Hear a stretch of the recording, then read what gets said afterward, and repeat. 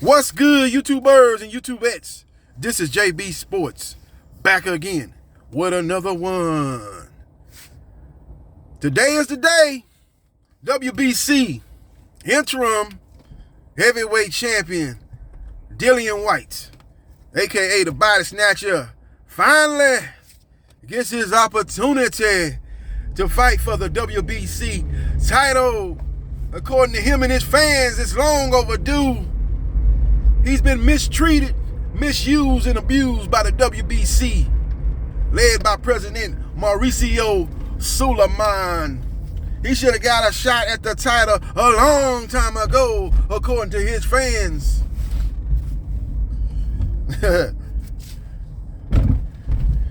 He's been the mandatory for 5,333,763 days.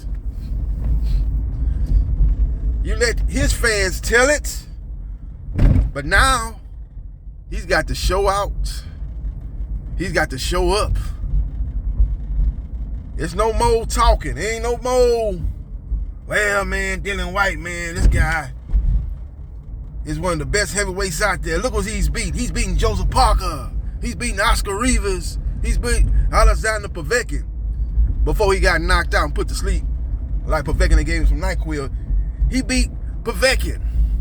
He's beaten Derek Chisora twice, even though the first fight I thought he lost. He's beaten some of the best names in the heavyweight division. Fury-Whyte, it's time to show and prove today, baby bubba. You got to show and prove. Make no mistake about it. And I'm very much looking forward to this fight. Tyson Fury, who beat the number 2 guy in the division, Deontay Wilder, is taking on a top 5 guy in the division, Fury-Whyte. Fury-Whyte is a guy that talks a good game. He say he has violence on his mind. And according to his UK fans, he's the most avoided fighter in the heavyweight division. Former WBC champion Deontay Wilder, who held the belt at that time, according to Fury-Whyte fans, ducked him. When Tyson Fury first got the belt, when he defeated Deontay Wilder, Fury-Whyte fans, he said he was ducking. Now Tyson Fury has, through the mandatory obligations, will fight Fury-Whyte today, and we will see what happens. And we will see what transpires. Now, as far as the matchup goes, I broke the fight down in my prediction video yesterday. I'm going to go into a little bit more detail, give you my final analysis. One thing's for sure. Fury-Whyte can't let Tyson Fury back him up, because that was Deontay Wilder's downfall. Deontay Wilder can't fight backing up. Fury-Whyte is not effective backing up either. Fury-Whyte say he's the strongest guy in the division, basically indicating that he expects to be the big dog in the ring against Tyson Fury. He expects to be able to rough up and out-muscle Tyson Fury.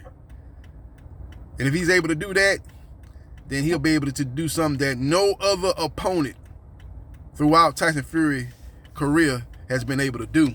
So we will see what happens, and we will see what transpires. Can't wait for this matchup. Can't wait for this matchup.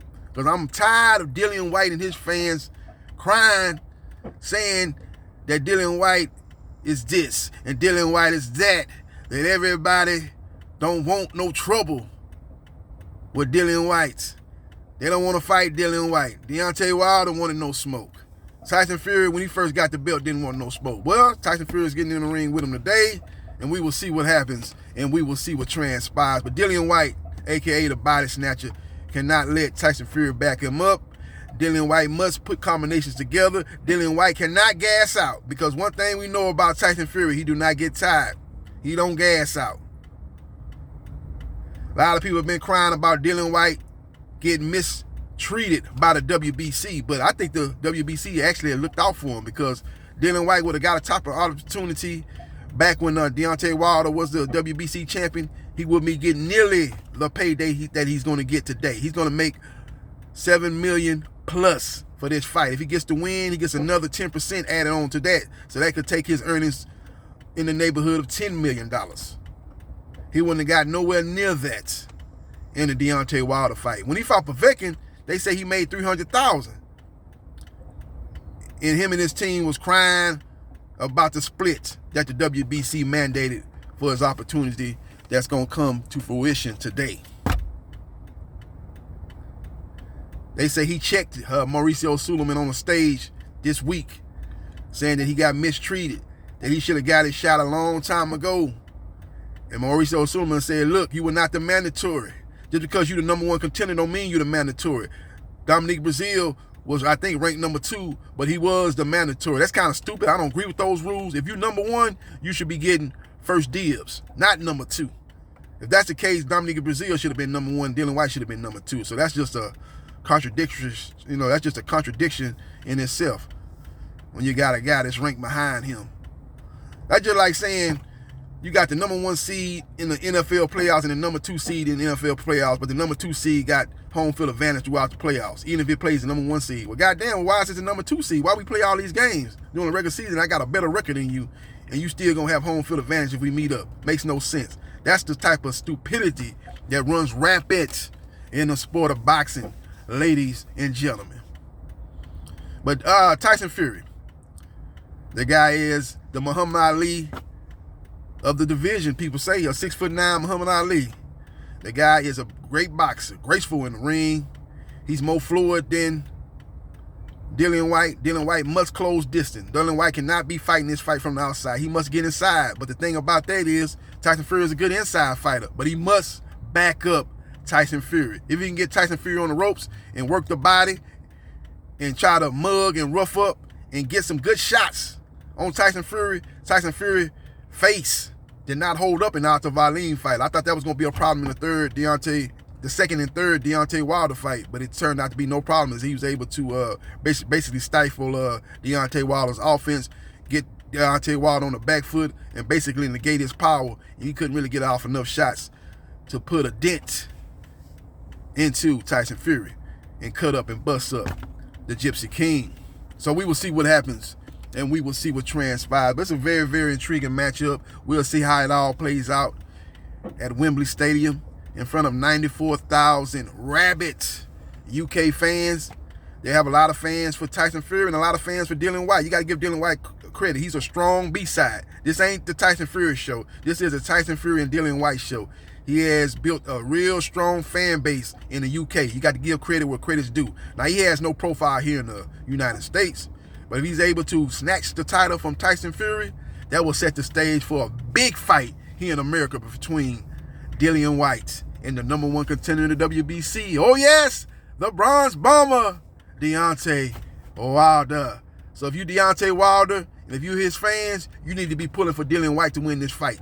Because if Tyson Fury wins the fight, Tyson Fury just has Deontay Wilder's number. That's just a bad matchup, bad stylistic matchup. A guy that's going to make you do what you don't want to do, fight backing up. He can't beat Tyson Fury, so he needs to be pulling for Dillian Whyte. Dillian Whyte is a guy that's chin.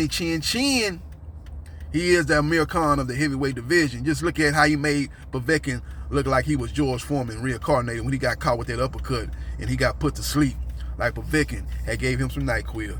So if he's able to get off to a strong start and try to bulldoze through Tyson Fury, that'll be his best bet to try to get a knockout inside 6 rounds. If this fight's going past 6 rounds, the demise is inevitable for Dillian Whyte. He cannot beat a guy that is smart and as crafty, as technical, and as fluid, and a guy that has